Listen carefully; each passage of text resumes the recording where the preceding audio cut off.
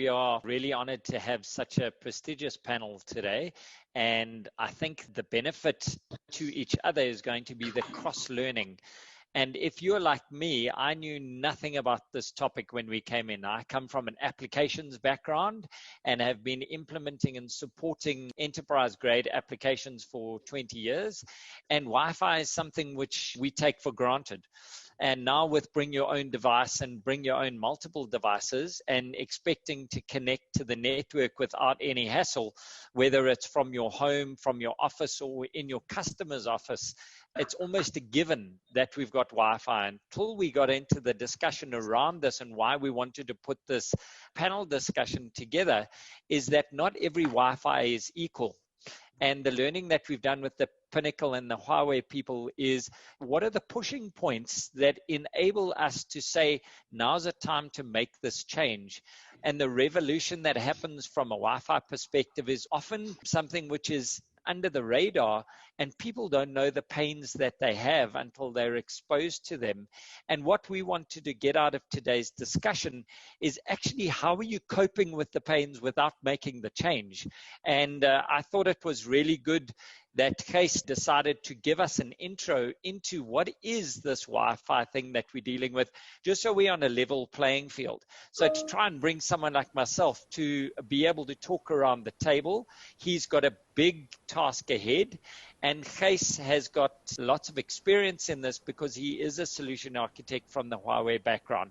When I was investigating where Case came from, it was interesting to see how different our careers are and where we go, and really operating under the Wi-Fi banner means understanding all the touch points of the business and how they pull together and what is the urgency of being connected. And I think Case is going to give us a great intro and a great platform from which I'll take some questions on my own bat. And then when we'll get through the discussions, we'll be letting the panel members talk around it. I'm going to hand over to Case, and he's going to be taking us through this morning's presentation. Good morning. I've been looking forward to doing this presentation for you today. And yes, I hope that I share some information with you that's interesting as well as informative. The driving forces for high-performing wireless networks is service overlays and business applications. And very often we tend to only look at high capacity as a measuring criteria for good performing wireless networks. High capacity is important and it has allowed applications like video streaming, but it's not the only measurement that needs to be taken into consideration when building high performing wireless networks. High concurrency is equally important. You need to be able to maintain high throughput whilst your concurrent connections on this network increases. And one of the big shortfalls from previous versions of Wi-Fi is exactly that. It's able to provide you with massive bandwidth, but put a lot of users on that network, you will see once you reach high concurrency, the bandwidth will be degraded. Not to speak of low latency even. Latency is the enemy of any form of data that needs to be stored or travels. You would like to have your waiting time as low as possible in storage environment as well as in networking environments. Low latency has really never been addressed by previous versions of Wi-Fi. And low latency is required for new applications such as automated ground vehicles and unmanned machines and so forth. So to say it short, Wi-Fi 6 solves inherent Wi-Fi problems such as roaming and latency, as I mentioned. In fact, Wi-Fi 6 meets the requirements of new applications for ultra-low latency, high-density connections, and continuous high bandwidth, even though the concurrency might increase. Wi-Fi 6, to be honest with you, is an enabler on all wireless transformation of the enterprise space. These are two very common service overlays that has been in existence for a long time and not often used in the enterprise space due to the very poor performance from previous versions of Wi-Fi. Latency is a problem and connectivity is a problem. And in these two examples, you can see all of those three components need to be looked at in order to provide these specific overlays in the enterprise space. Let's have a quick look at the evolution of Wi-Fi during the past 16 years. And you'll quickly notice that the things got more and the throughput got much more. massive increase from 2009 to 2013. So maybe just something new. Why do we call it Wi-Fi 6? Let me just clear that quickly. It's actually called 802.11ax, but it's obviously not a friendly name. So now, as with the carrier divisions, we now talk about 6th generation Wi-Fi, Wi-Fi 6, and previous would be 5 and 4. And as I've said, during the evolution, we were able to add more people because of the increases in bandwidth primarily. But in Wi-Fi 6, there's a distinct advantage. Besides the fact that we have a triple capacity increase, there's something else that creates an absolute distinction between what we've had in Wi-Fi before and what we see today. Let me explain it to you in a simple analogy. At the top, you have the way in which packets are transmitted or transported in a Wi-Fi 5 and 4 world. Packets are sent in series, one after the other. There are transmitting cycles or transmission cycles. So if there are 3 clients, let's say it's 3 cell phones or laptops that's waiting for data, the one might be waiting for a text that says yes, very small packet, whilst the other one is waiting for a YouTube feed to start to stream. Those packets will arrive one by one at each customer, which obviously increases the latency. Wi-Fi 6 uses a different modulation scheme.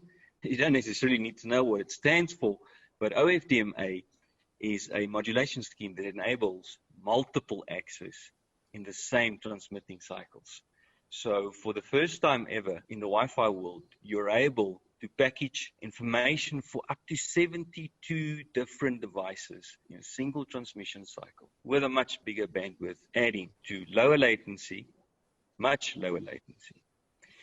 There's also a second big distinction. In the Wi-Fi 5 world, there's no controller for air traffic, irrespective of your platforms in your hardwired environment.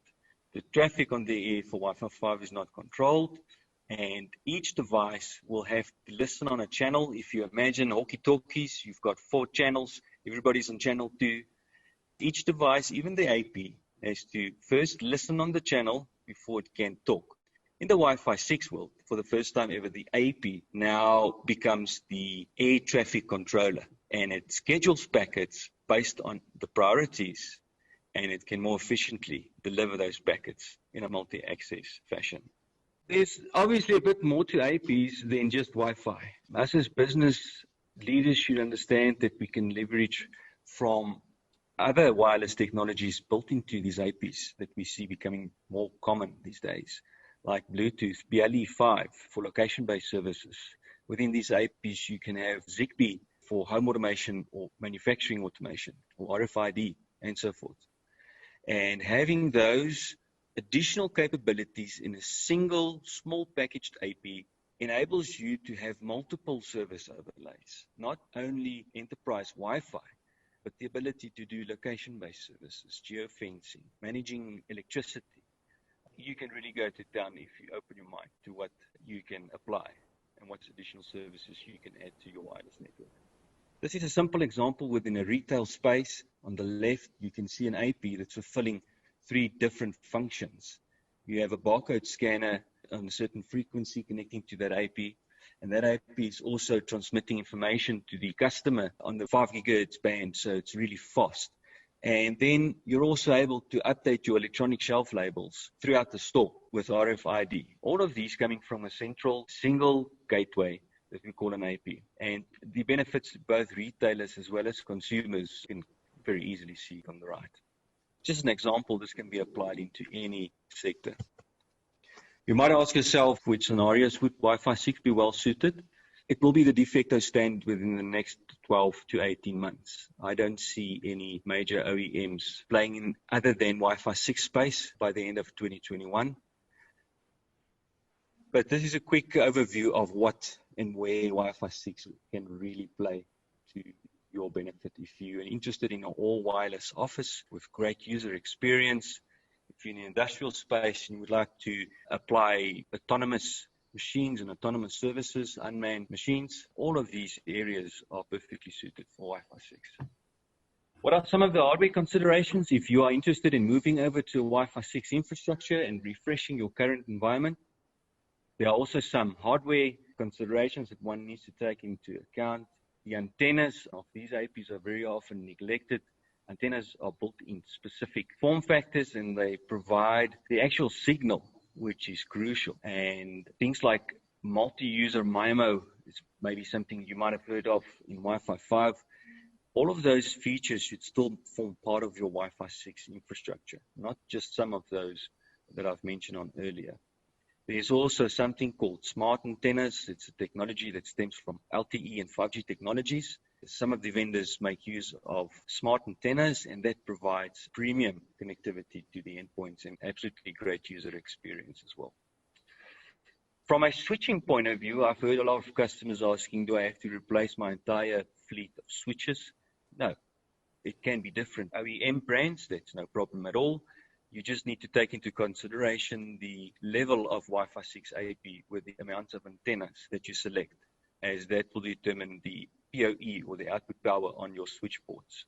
If you go for the flagship APs that can do packet scheduling on the air and split packets based on users and services, then you probably would need something like a PoE++ switches and might have to look at upgrading at least. Otherwise, if you have APs with lower antennas, there would be no need to replace your switches.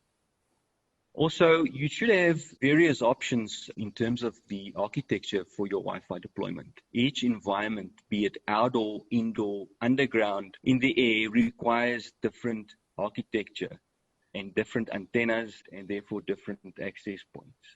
One should have the option within a specific OEM to choose APs based on the scenario, whether that be a point-to-point or a standard office-like settled AP, or even something like on this diagram that I have here is a concept of distributed Wi-Fi, where you have a central AP and antennas distributed in densely populated areas.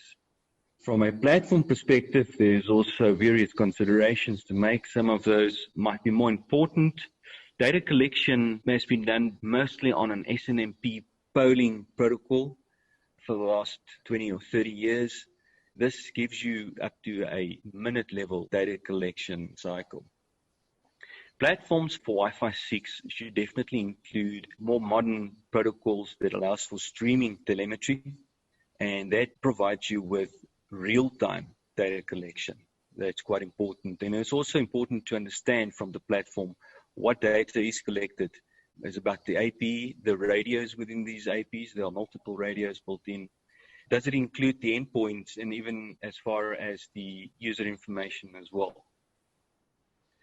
And once you've got this data, what do you do with the data?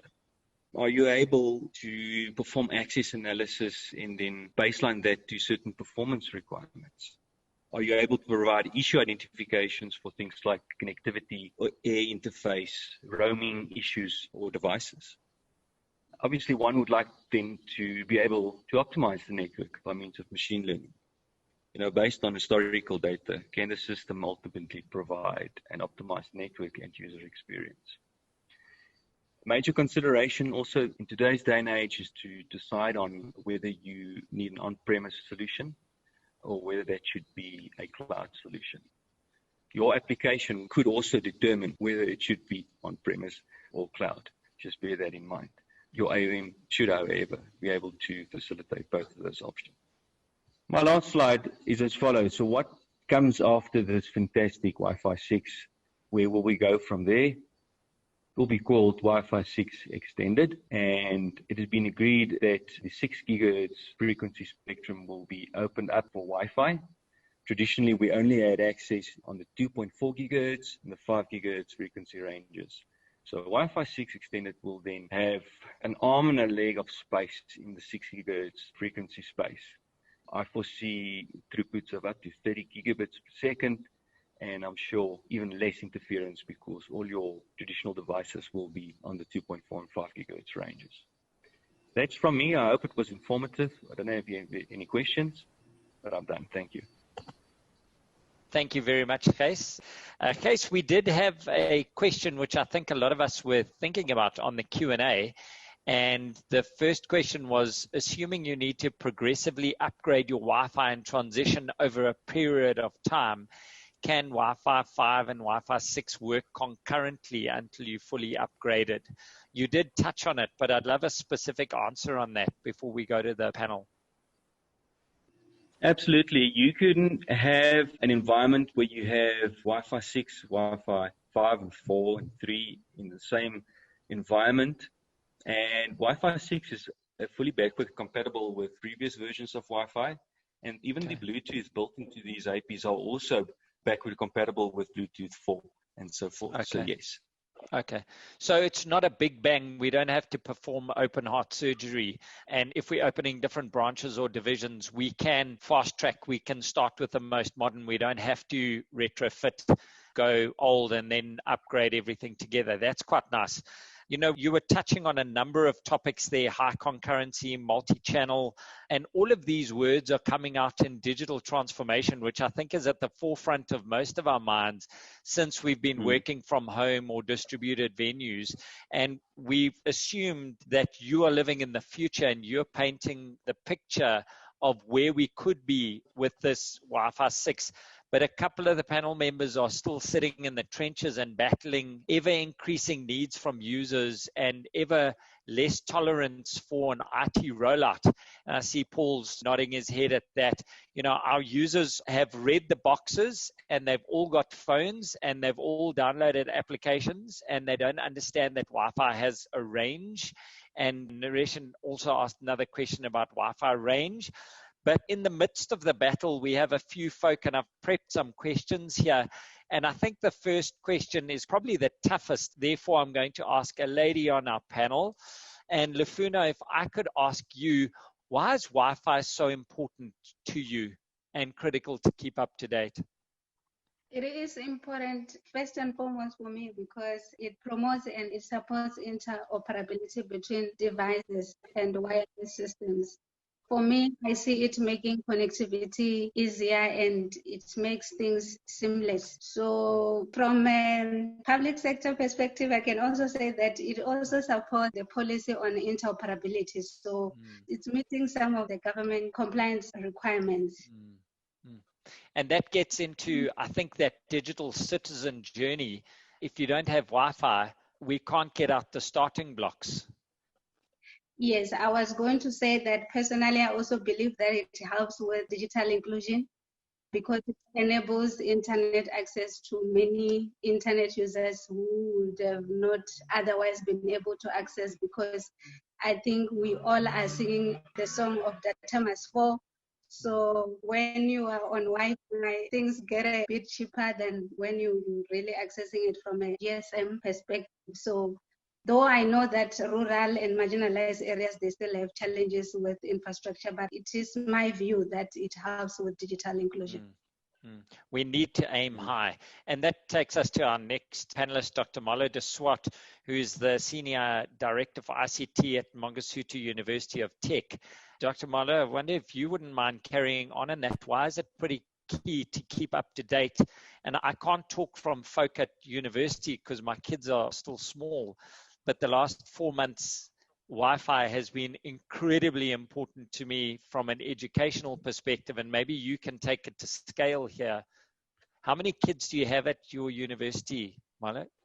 Morning, and thanks for the opportunity to actually be part of this panel. Just to highlight that Wi-Fi is our business with our amount of students and things like that. And I want to start off maybe with the coronavirus that affected all of us. Suddenly we're faced with a situation where in our university, and I'll broaden further, City University got 12,000 students, more or less, that's enrolled into the system. And suddenly you bring in a new venture of e-learning to these students where they actually have to go into something that's totally different now. Yeah. And even government setting some critical guidelines that no student will be left alone. And we have to make progress onto e-learning. So when you talk about an e-learning platform, you immediately started talking about Wi-Fi. And that's as simple as it is. Now, in the process, we know what's happening with government. All the students will actually be now supplied with data, 20 gig free data for the next 3 months. And all students will also be supplied with laptops. Now, if I can just take the extent in our university is when we went out now and tended to procure, let's say, 12,000 new devices that will come onto our network. These devices don't even have a network interface card. It's all wireless. And we're not talking about just on campus. We talk about residents and taking our university, and I can talk about DUT, UKZ, all of them got actually residents within the Durban metropolitan area. So Wi-Fi is very critical for us in that aspect because all our buildings are Wi-Fi connected. They're connected, students can sit in their rooms, we've got common areas that are connected to APs, and that's maybe the indoor side. What's also very, very important for us from a Wi-Fi point of view is the outdoor part. We're actually busy starting a project now that, and I like the slogan of the first slide where I say building a fully connected, intelligent world, and it's something that I will use, and we will build a fully connected smart university, meaning that a student can come onto campus and at any place he can actually connect to a Wi-Fi connection, whether it's his phone, whether it's the device we're going to give him now. But as it currently is now with all students is they use their phone, and we know for a phone can only connect via Wi-Fi, can't connect via internet. So it's critically important for us, and yeah, and it's a challenging environment. I think that's a good place to pause. AJ Sharma, you're the head of VP of Technology for South Africa and Europe for Excel. I know you wanted to add something into why Wi-Fi is so important. Over to you, sir. I think Wi-Fi in today's parlance is the lifeline for our business, and I'll tell you why. And I think Dr. Marlowe also touched upon it. But in our environment, it's more like a BPO environment or an outsourcing environment. And in today's tough conditions, it was imperative for us to make sure that our people, while the restrictions were forced by the government, they are productive at all times. Now, each individual's person's Wi-Fi at their home has played a very important role in terms of enabling our businesses. Had it not been the Wi-Fi's, because you can't always rely on the LTEs or the edge connections of the world, you need to have a strong connectivity. And therefore, Wi-Fi is one of the areas which actually saved to a larger extent our business. I also feel at times that while we talk a lot about Wi-Fi, and Wi-Fi is like water, like wherever you go, you find water, you find Wi-Fi in today's parlance. But the technology industry, specifically, like the manufacturers, I think they need to be a little more coming up into the Wi-Fi environment. And I'll tell you where I'm coming from. You see an iPad, you see a laptop, you see a mobile device, computing device, you will always find a Wi-Fi card. You see a desktop in the marketplace, and you will not find, in majority of the cases, a wireless adaptability on those devices. Yeah. On the contrary, if you look at the conditions, and I'm just giving a very vague figure over here, to enable one network point, it takes close to $70 to $80. And I'm talking all from the cabling to the switching, every single element to the labor cost of it.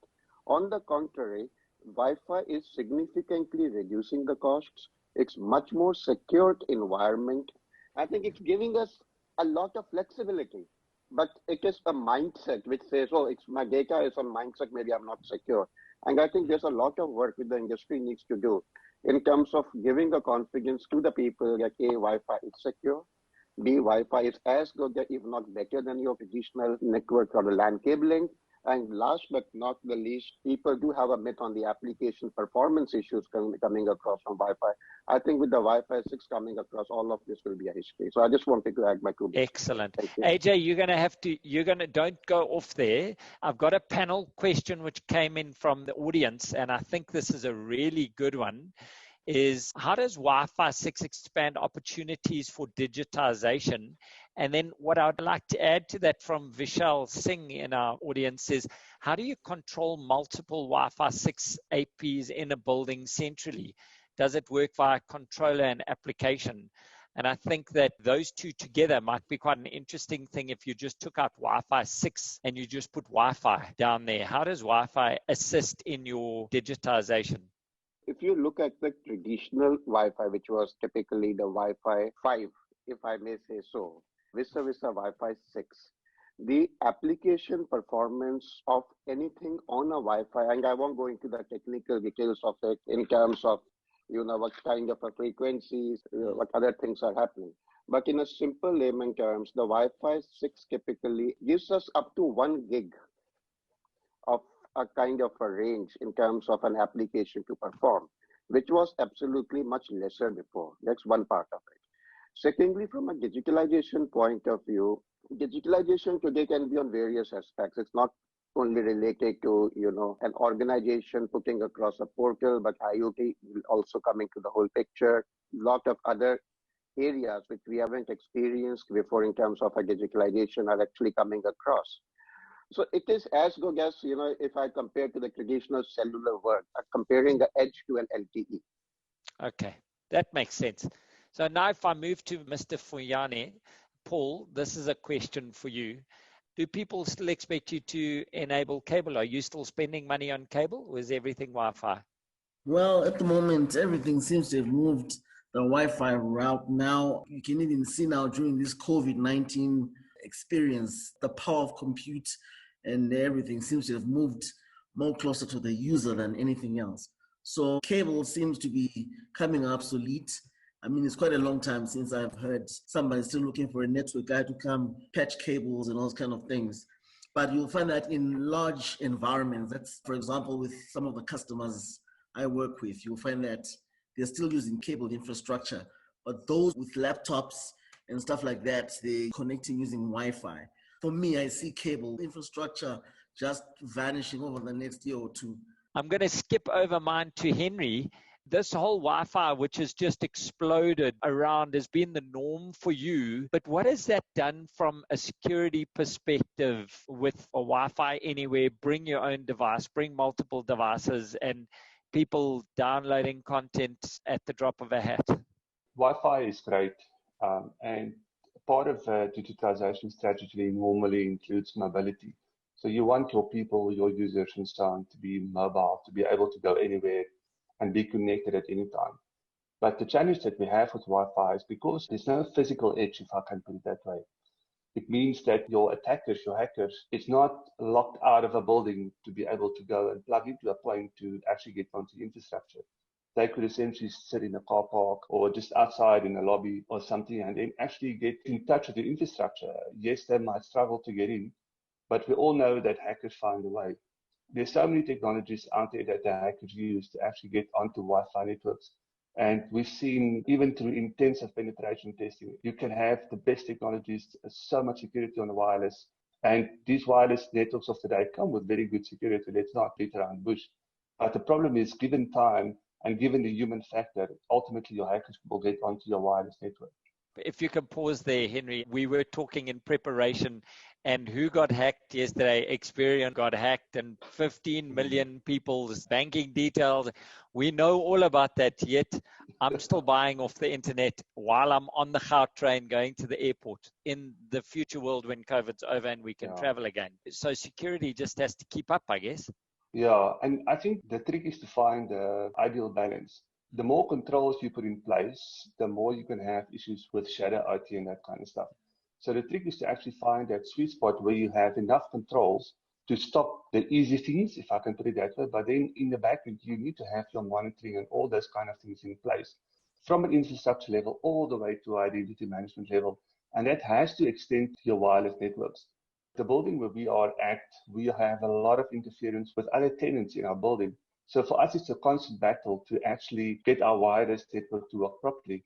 And even if you gauge these other tenants, they're very hesitant to make changes because for them, their stuff works. They don't really care if your stuff works or not. So it becomes a challenge when you have all of these external factors. And when you start to tweak, you often forget about security aspects. And then it's very easy for you to open up holes. So security for wireless, for me, is so critical and it's something that very often gets overlooked simply because it's such an ease of use technology.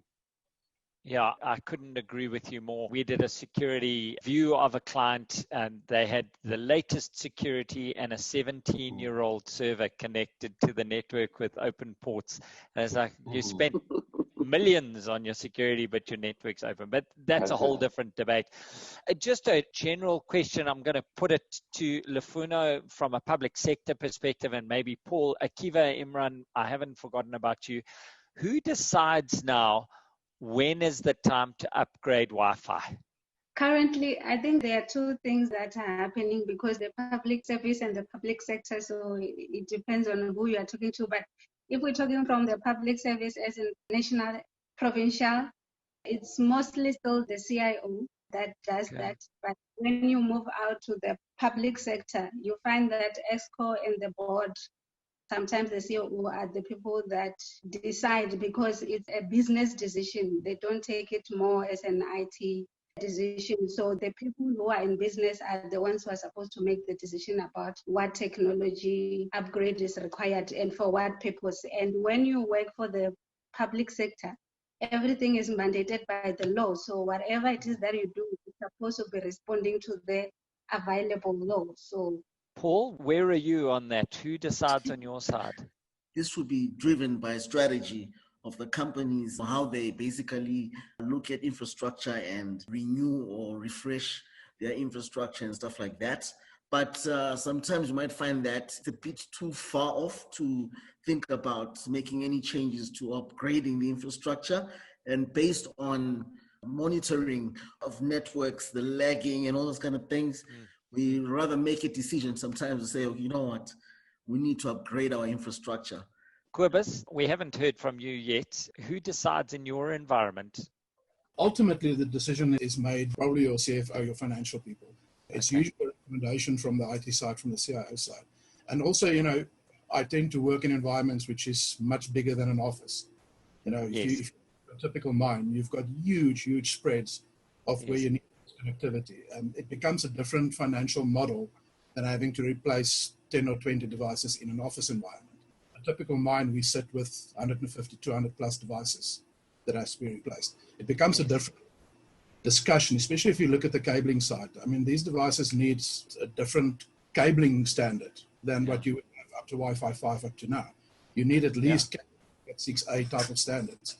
To enable that, you need a different type of switch in the back end that can actually take the 10 gig speed that it can do. So for you to get multiple speeds, more users on, more guaranteed speed through this, you need to enable your back end to actually take that speed. It doesn't help you having suddenly 20 guys connecting at the speeds that it can, but your back end can't handle it because you're still running gig infrastructure. So that's huge. And in a big environment, that becomes a big expense because you're running long distances, you're running big environments. On the positive side, with the new 102.4 QAM that they bring in with Wi-Fi 6, your speed that you can get point to point with these devices between buildings instead of having to pull fiber or other cabling will offset a lot of that cost again if you have to expand into different buildings. So there's benefits to be had that you can make a business case for, but certainly initially there's going to be a cost component. And then everybody's stretching their budgets these days, trying to stretch the devices, upgrade times of the devices out. I know every single company that I deal with, the typical replacement cycle of PCs is out the door at the moment. It doesn't happen. You're stretching these things. You take the 3-year typical warranty that you get with a device, and then anything it will survive after that, you try to stretch it and use it, even if you cycle devices down to lower end users. If I take it from a business perspective, your answer, Kobus, seems to be is that it's not one person that just decides this, is that it needs to be in response to a customer drive, what the business is doing. And then you as the IT, the guardians at the gate, need to interpret that and find the best way to enable that. So our reliance on our people and their understanding and going and listening to people like Chase talk around where we can go seems more and more important today. And when we're sitting on these webinars and learning sessions, some people can say it's a way to Skype for an hour, and other people can say it's a way to transform our business. So it's just something that struck me as all of you are talking. The collective intelligence around here can only benefit our business because we're sharing. Akiva, why is Wi-Fi important to you guys? The clients we serve are predominantly your sort of Fortune 500s sort of across the globe. So the work that I'm involved with is helping big, large clients get this whole new digital thing, becoming leading digital essentially. It's interesting because on the one hand, you've got everything you guys are talking about, all the sort of what I call the technical spec of you need to have good connection, the foundation in place. But with that, there's duality because on the other hand, there's how do you get people, an organization to prioritize this? For example, if it's Wi-Fi, you're talking about, how's this a priority exactly? If you've got a CIO and the CFO and the CEO and they're sitting around the table, all they're worrying about is, hey, this is a COVID environment. Are we going to survive? Where are we going to make our money? Where's our growth, right?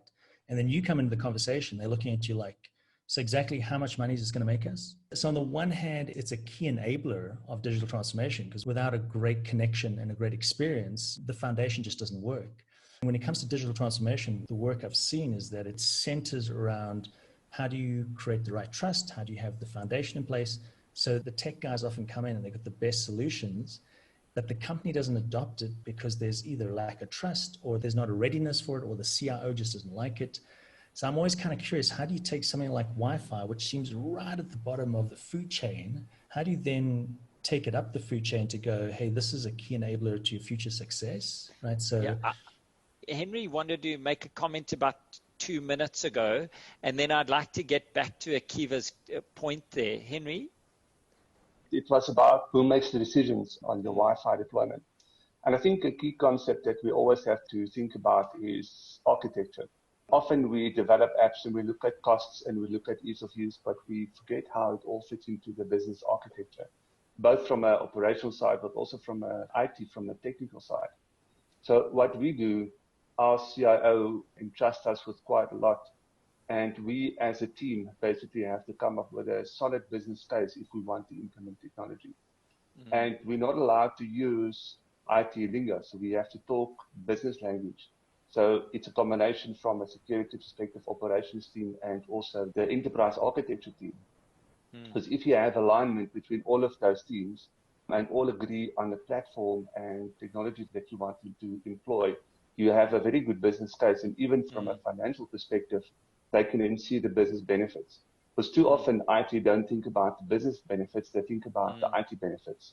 And if you want business to understand and support the decisions, you need to talk the business language and not necessarily the IT language. I think that is absolutely critical. And it's where I want to bring Corné in. Corné Bosch comes from Volvo, and working for an organization of that size. Corné, the question I'd like to ask you is, how much is dictated to you from the top, and how much sway do you have on decisions such as your Wi-Fi infrastructure, such as your access points and strategy going forward? Greetings all. Everything gets dictated from Europe.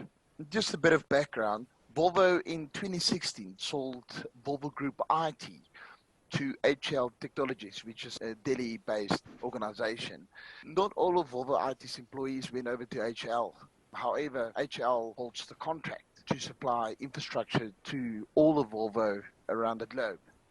You know, in future, if there is any adjustments or anything, or top management is not satisfied with the delivery and the performance of the Wi-Fi, then it will obviously have HL Technologies involvement into getting a new supplier, and then obviously Volvo IT senior management will make the decision with which supplier we're going to go with. I think that decision was taken quite publicly to sell off the IT because they wanted to get back to the core of what Volvo was, and the core wasn't IT services. And I'm quite interested in the panel. There's a lot of nodding heads there where customers are on this digital transformation journey saying, my core business is manufacturing widgets, not providing IT. Whereas when I see some of the customers we go to, actually their core business is to make sure that their agents are on the phone and available to customers.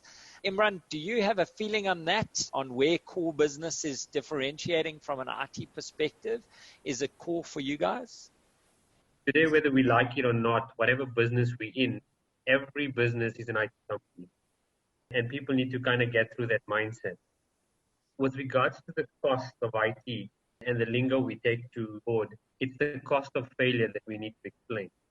So if we look at typically what happened during the lockdown, people that were successful didn't realize they were successful. They were able to collaborate during the lockdown because of all the tools they had in place, the cloud infrastructure, etc. And some people were not so lucky. But the people that were lucky did not realize it because it was business as usual. So similarly with regards to data retention, data security, is when you have your first breach, then you start counting the cost of failure. And it's similar in terms of what we were trying to do. And coming back to your point, is with regards to what is core and what is non-core. There's also a thing about once you're actually doing an investment, to actually look at how you can actually monetize that investment, both internally and externally. So for example, if you look at your infrastructure and your cabling, people now realize that they don't really need big and fancy offices. And now they got white elephants sitting over there. But now if you actually kind of look at how mobile it is from a Wi-Fi perspective and how agile you can actually now migrate that, it becomes a different aspect in terms of saying, you know what, I've got this infrastructure, I can sublet my building. I've already paid for it and recover some of my monies. And similar for the investment with regards to IT is to say, if you've actually got the pain points and gone through this, nothing stops you from actually leveraging of that IP to other customers that are struggling and kind of managing that with them. And I think that's really, really the key is to say, you know what, you've got this whole journey you've gone through. Don't keep it to yourself. You can actually then leverage this IP across the spectrum. And that's a pretty good segue to get into summary. I think that for so many years, we've played this as a closed game because things like Wi-Fi have been a differentiator between us and our closest competitors. Whereas today on the digital transformation, we're almost competing against different countries and different external forces. We're fighting against the outside, not fighting against each other. And people are becoming a lot more collaborative. And that's why we're getting such an uptake on panels like this, because folk in your position are tired of creating the wheel every time. We could just reuse it by talking to one another. You know, there's the saying that says a clever man learns from his mistakes, a wise man learns from someone else's. And it's one of our hopes that that's what you're getting out of today. So we're going to be getting to a close. So, Gijs, the whole purpose of ICT is to support the business. That's the only purpose of ICT. So don't be surprised if you can utilize wireless services to better support your business case, be that within the industrial space, within the healthcare space, or within the public space. You can use these technologies to support your business case. Just be open-minded. Excellent. Paul? We're trying to achieve this digital transformation. We need to make sure that from an infrastructure perspective, we're able to cope with the influx of data that we're going to be sending up, be it on-premises infrastructure or cloud, but obviously mostly cloud, as well as we need to have a proper change in adoption planning so that you transition your executives right down to your users to adopt all of these technologies.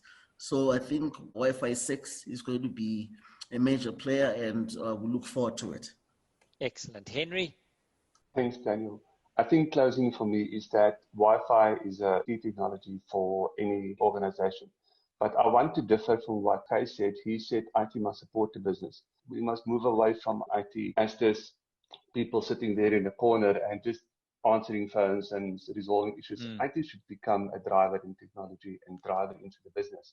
If the business don't see the technology benefits, then how are they going to know what to go for?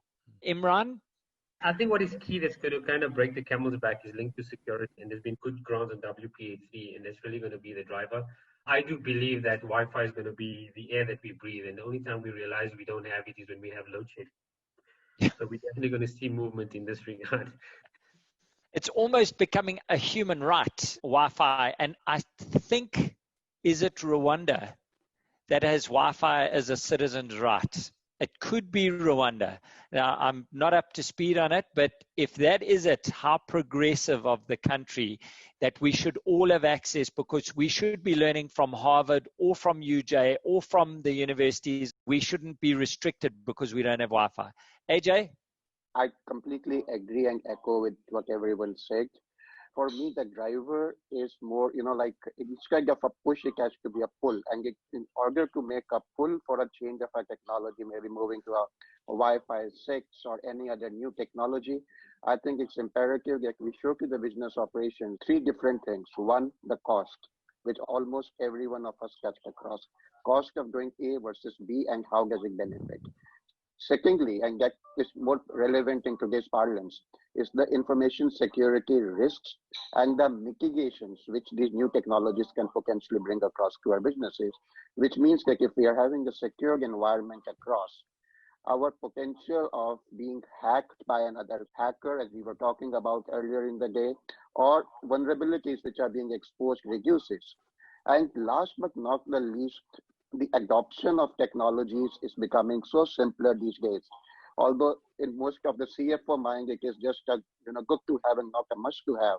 But the first two factors, which is the costing and the security, can possibly help across in better pushing across these new technologies. Henry said there are attempts to hack and stuff like that, and there are possibility security risks. But I was just thinking, if you buy a new car, you can meet an accident. but we still drive the car, and it's something very similar to the same ecosystem that we still have to live with it because that's how it is. Thanks. If it's not going to kill you, or if it's not going to cost you money, it should not have a manual. It should be that easy to use. Absolutely. Because if it kills you, like in Quibus's environment, I'm sure there are a couple of health and safety manuals. Quibus, anything in wrap up for us? Thanks, Daniel. Yeah, so very short summary is I actually agree that IT should enable the business, not necessarily just support it. And to me, that means being proactive. And the Wi-Fi 6 is a case in point of all technologies. Being proactive means that we need to make sure that the back-end technologies that we enable for the customers are ready for them to use when they need it. In other words, we need to be ahead of the business. For example, we can't wait for the endpoint devices to be Wi-Fi 6 enabled before we start building the back-end. We need to start building the Wi-Fi 6 back-end now, so that as the devices become available, as the new devices comes in, they can connect to it, start getting the benefits. And that basically holds for all IT technologies in the business, being proactive. And the only way you can do that, this is I think a key point, and it's not about, it's a personal view. The only way you can do that is to have IT people in your business that actually understands the business needs, knows where the business is going. You're never going to get that from an outside vendor, guys. And I'm not bashing the vendors here. They've got their place to play. There's a big thing around outsourcing IT services, by all means outsourcing. Your planning, your strategy, your way forward, you need to have people inside your business that understands your business, knows where you're going, that can drive that process. And by all means, the day-to-day, the deployment, all the other stuff, you can outsource as much as that you want. Akiva?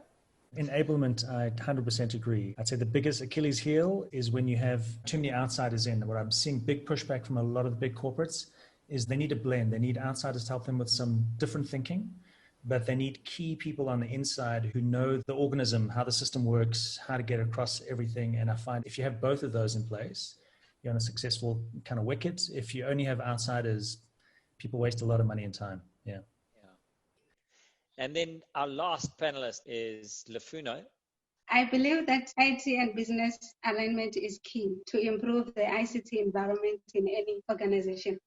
Otherwise, if I will have to recall my experience from the public service, the IT function will continually be the nuts and bolts, never a strategic player in the organization decision making as far as ICT and the infrastructure is concerned. There are a lot of project failures. I just learned with shock that there was a Nexus system that was cost 100 million, but in the end, it did not meet any requirements. So I believe that when there are failures like that, it makes it difficult for the IT function to go and motivate for more project approval and implementation of Wi-Fi 6. So I can recommend that there is a need to use effective contract management. Contract management is not signing a document, it's beginning to end of your procurement process.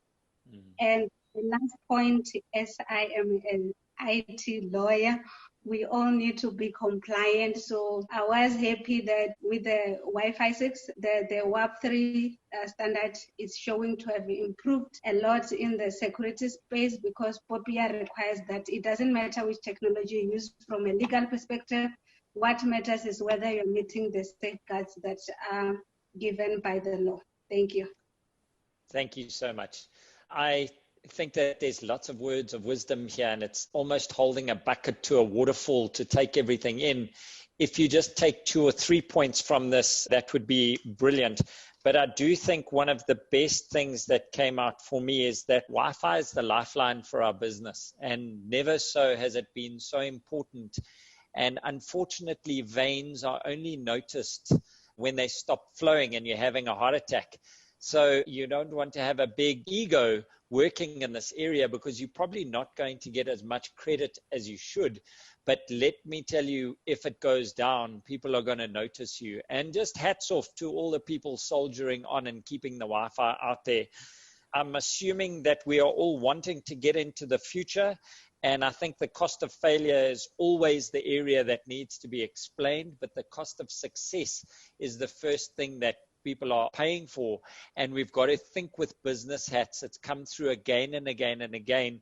No longer can the provider of Wi-Fi be an IT person only. We have to think about what the business imperative is and how we can enable that, and then not expect to get the accolades that we probably deserve. So hats off to you. Thank you to our attendees. Thank you very much to our panelists for all of your inputs.